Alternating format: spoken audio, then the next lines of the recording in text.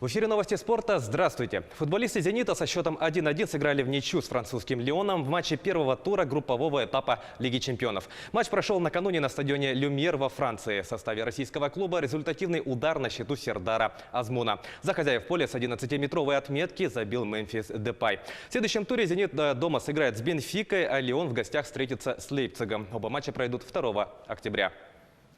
Сегодня стало известно о том, что... вот результаты других встреч игрового дня. Интер на домашней арене сыграл в ничью с чешской Славией 1-1. Валенсия на выезде одержала победу с минимальным преимуществом над Челси 0-1. Ред Булл одержал крупную домашнюю победу над Генком 6-2. Наполи дома отправил 2 безответных мяча в ворота Ливерпуля. Аякс выиграл у Лиля со счетом 3-0. Лейпциг на выезде оказался сильнее Бенфики 2-1. И Боруссия сыграла в нулевую ничью с Барселоной.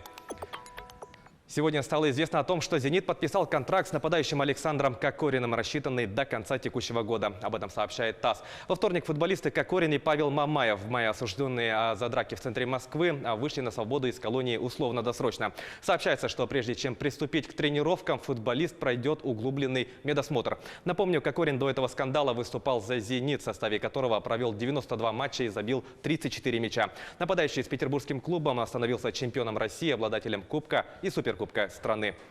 Московская «Динамо» на своем льду одержала победу над Владивостокским «Адмиралом» в матче регулярного чемпионата континентальной хоккейной лиги. Встреча завершилась со счетом 4-2.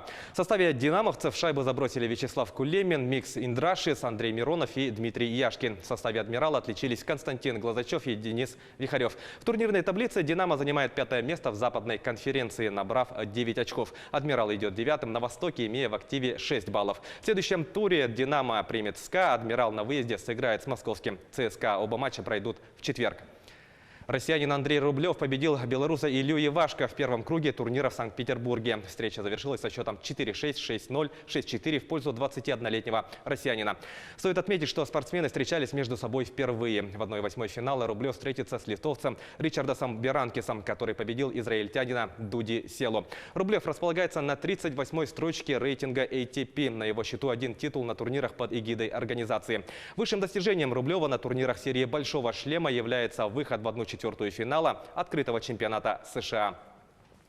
Василию Егорову помешало рассечение в поединке 1/8 финала чемпионата мира. Таким мнением с журналистами поделился личный тренер якутского боксера Артур Пахомов. Напомним, накануне Егоров единогласным решением судей уступил французу Белалу Беннама и завершил свое выступление на текущем мировом первенстве. Бой был равным, хотя в каких-то моментах Василий уступал. Была разница в росте. Егоров должен был входить в среднюю дистанцию за счет обманных движений, работы ног. Мы обговаривали эту тактику, но после рассечения что-то пошло в другую сторону, и эти комбинации не получались. Мы боксировали с неплохим соперником, но думали, что переиграем оппонента. К сожалению, не получилось. Василий сильно расстроился. Могу сказать, что он удивился, когда подняли руку сопернику, сказал Пахомов.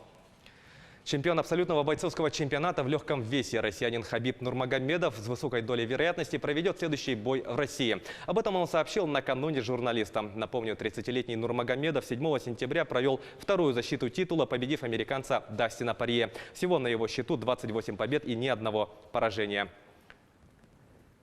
Переговоры с UFC велись и ведутся. Очень хочу подраться в Москве или Петербурге. Идут переговоры. Процентов на 80 уверен, что мой следующий бой пройдет в России, сказал Нурмагомедов. К этому часу это все спортивные новости. Мы продолжаем следить за событиями в жизни якутского и российского спорта.